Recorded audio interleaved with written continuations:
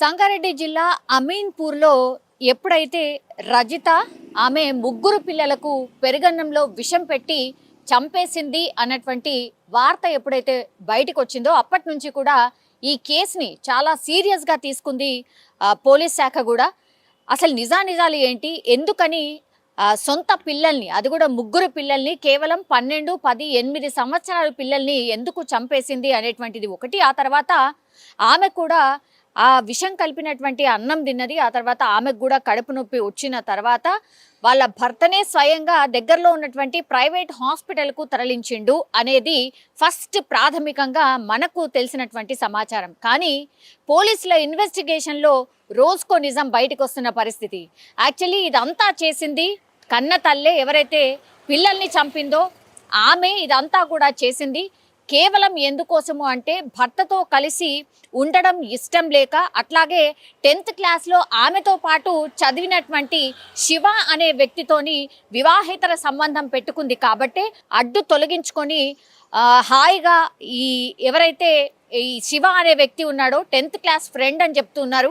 So అతనితో కలిసి ఉందాము అని ఇట్లా ప్లాన్ వేసింది కాబట్టే వాళ్ళ పిల్లల్ని చంపింది అనేటువంటిది పోలీస్ ఇన్వెస్టిగేషన్లో తేలింది. ముందుగా అనుకున్నారు అందరూ పెరుగన్నంలో విషం కల్పించింది, ఆ తర్వాత పిల్లలు చనిపోయారు అనేటువంటిది, ఆమె కూడా తినింది కాబట్టి ఆమెను హాస్పిటలైజ్ చేశారనేది. ఇది కూడా ఒక నాటకమే అని పోలీసుల ఇన్వెస్టిగేషన్లో తేలింది.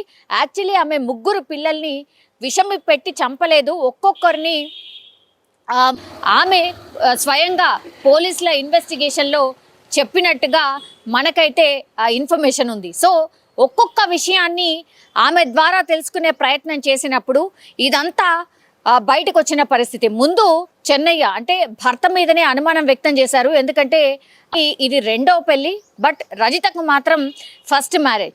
సో పెళ్లి చేసే కంటే ముందే రజిత తల్లిదండ్రులు ఈ చెన్నయ్య పేరు మీద ఉన్నటువంటి భూమిని కూడా మా పిల్ల పేరు మీదనే, అంటే రజిత పేరు మీదనే రాసియాలి, ఆ తర్వాతే మీకు మ్యారేజ్ చేస్తాము అనేటువంటిది అప్పటి నుంచి కూడా రజిత తల్లిదండ్రులు చెన్నయ్యకు సంబంధించి ఏదైతే అంటే చెన్నయ్యని గుప్పెట్లో పెట్టుకోవడం అనుకోవచ్చు, లేదంటే చెన్నయ్య బాగా చూడకపోతే మరి మా పిల్ల పరిస్థితి అనుకున్నారో ఏంటో, ఏ తల్లిదండ్రులైనా అట్లాగే ఆలోచిస్తారు. కానీ అప్పటి నుంచి కూడా రజిత తల్లిదండ్రులు ఒప్పించి మరీ రజితనిచ్చి చెన్నయ్యకు మ్యారేజ్ చేయడం జరిగింది. అయితే చెన్నయ్య మొదటి భార్య అనారోగ్యంతో చనిపోయినట్టుగా చెప్తున్నారు. ఆ తర్వాతనే చెన్నయ్యకి రజితనిచ్చి మ్యారేజ్ చేయడం జరిగింది. కానీ వీళ్ళిద్దరి వయసు చాలా తేడా ఉంది. అంటే రజితకు 30 సంవత్సరాలు అయితే చెన్నైకి 50 సంవత్సరాలు. సో పూర్తిగా 20 సంవత్సరాల డిఫరెన్స్తో మ్యారేజ్ చేయడం జరిగింది. మరి అప్పుడు రజితని ఒప్పించి మ్యారేజ్ చేశారా ఏంటి, ఆ కోణంలో కూడా విచారణ చేసినప్పుడు రజిత అవును, మా తల్లిదండ్రులు ఇచ్చే స్తోమత లేకపోవడంతో సెకండ్ మ్యారేజ్ అయినటువంటి ఈ చెన్నైకి ఇచ్చి మ్యారేజ్ చేయడం జరిగింది. నాకు ఇష్టం లేకుండే, నాకు మొదటి నుంచి కూడా ఈ శివ అనే వ్యక్తే ఇష్టము అనేటువంటిది ఇన్వెస్టిగేషన్లో పోలీసులకు చెప్పినట్టుగా కూడా చెప్తున్నారు. అయితే 13 సంవత్సరాల తర్వాత మళ్ళీ శివతో ఎప్పుడు కలిసింది ఏంటి అని అంటే 6 నెలల క్రితం ఈ 10th క్లాస్ బ్యాచ్ వాళ్ళు ఎవరైతే ఉంటారో, ఇప్పుడు శివ కావచ్చు, రజిత కావచ్చు, ఆ స్కూల్ మేట్స్ ఎవరైతే ఉంటారో ఆ బ్యాచ్ అంతా 6 నెలల క్రితం వీళ్ళందరూ ఒక గెట్ టుగెదర్ని ఏర్పాటు చేసుకున్నారు.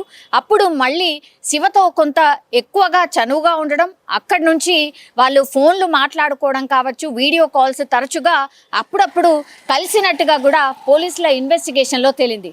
సో పూర్తిగా వీళ్ళిద్దరూ డిసైడ్ చేసుకొని ఇంకా నేను ఉండలేను, నా భర్తతో పాటు నేను ఉండలేను, నాకు ఇష్టం లేని పెళ్లి చేశారు కాబట్టి నేను నీతో పాటు వచ్చేస్తాను అని శివకు చెప్పడం, ఆ తర్వాత పిల్లల్ని చంపడానికి అడ్డు తొలగించుకోవడానికి వీళ్ళిద్దరూ ప్లాన్ చేసినట్టుగా పోలీసుల ఇన్వెస్టిగేషన్లో తేలింది.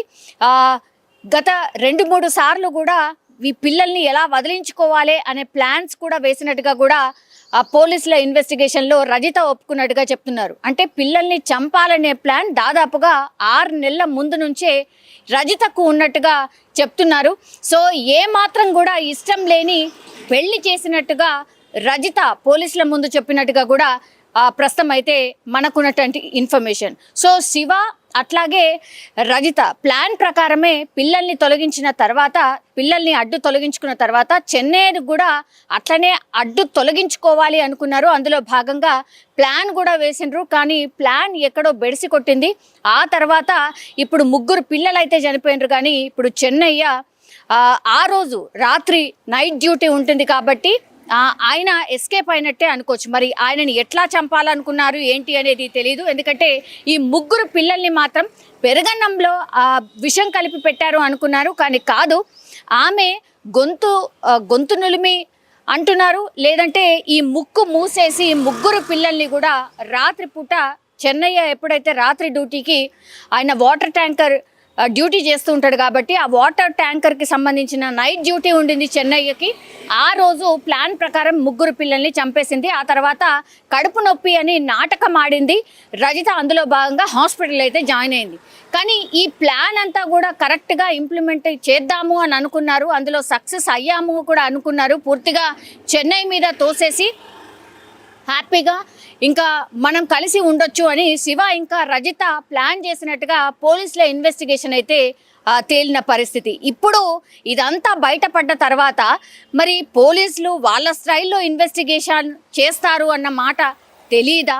పోస్ట్ మార్టం చేసినప్పుడు ఇవన్నీ నిజాలు బయటకు వస్తాయని తెలీదా? అట్లాగే ఇప్పుడు రజిత ప్రవర్తనలో కూడా చెన్నైని విచారణ చేసినప్పుడు, అంటే రజిత భర్తను విచారణ చేసినప్పుడు రజిత బిహేవియర్లో కూడా చాలా మార్పులు వచ్చాయి. ఒక 6 నెలల నుంచి 8 నెలల నుంచి కూడా ఆమె పూర్తిగా ప్రవర్తనలో మార్పు అయితే వచ్చింది. తరచుగా గొడవ పడ్డం ఇవంతా కూడా చేసినట్టుగా కూడా చెన్నయ్య పోలీస్ ఇన్వెస్టిగేషన్లో చెప్పినట్టుగా చెప్తున్నారు. పిల్లలని కోప్పడ్డం, సరిగ్గా చూసుకోకపోవడం, ఎక్కువ మట్టుకి ఈవెన్ ఆ స్కూల్లో డ్యూటీ చేస్తుంది రజిత, స్కూల్లో కూడా ఎక్కువగా ఫోన్లో ఉండిపోవడం, సరిగ్గా డ్యూటీలో కూడా చేయకపోవడం, ఆ కంప్లైంట్స్ కూడా ఈ రజిత భర్త చెన్నయ్య దగ్గరికి కూడా వచ్చినట్టుగా చెన్నయ్య విచారణలో చెప్పినట్టుగా చెప్తున్నారు. సో పూర్తిగా భర్త మీద నెపం నెట్టేసి ఇప్పుడు శివ అనే వ్యక్తితో జీవితాన్ని కొనసాగిద్దాము అనుకున్నటువంటి టైంలో ఇప్పుడు ఈ ప్లాన్ అంతా కూడా బెడిసి కొట్టింది అనుకోవచ్చు. ఇప్పుడు రజిత అట్లాగే శివ సంగారెడ్డి పోలీసుల అదుపులో ఉన్నారు. సంగారెడ్డి జైల్లో వాళ్ళని విచారణ చేస్తున్న సిచ్యువేషన్ అయితే కనిపిస్తోంది. రోజుకో నిజం, రోజుకో ట్విస్ట్లా ఇప్పుడు అమీన్పూర్ ఈ ముగ్గురు పిల్లల్ని చంపినటువంటి ఘటనలో ట్విస్ట్లు అయితే బయటపడుతున్న సిచ్యువేషన్ అయితే కనిపిస్తోంది. కానీ ఘోరాతి ఘోరం, అట్లాగే ఇంత దారుణంగా కన్న తల్లే ముగ్గురు పిల్లల్ని చంపడం ఇప్పుడు ఇప్పుడు ఈ స్టోరీ తెలిసిన వాళ్ళు ఆర్ ఈ ఇన్సిడెంట్ తెలిసిన వాళ్ళు ఎవరైనా పూర్తిగా ఆమెను ఉరి తీయాల్సిందే, ఆమెను శిక్షించాల్సిందే, ఆమెను వదిలిపెట్టద్దు. ఇట్లా కూడా ఉంటారా? సమాజంలో అసలు ఏం జరుగుతోంది? ఇంత దారుణమైన సంఘటనలు ఎందుకు చేస్తున్నారు? అట్లాగే కన్న తల్లే ఇంత కర్కశంగా వ్యవహరిస్తుందా? ఇట్లా రకరకాలుగా అందరూ మాట్లాడుతున్న సిచ్యువేషన్ అయితే కనిపిస్తోంది. కానీ ఆమె మనసులో ఏముందో, ఆమె ఏమనుకుందో అది చెయ్యాలనుకుంది.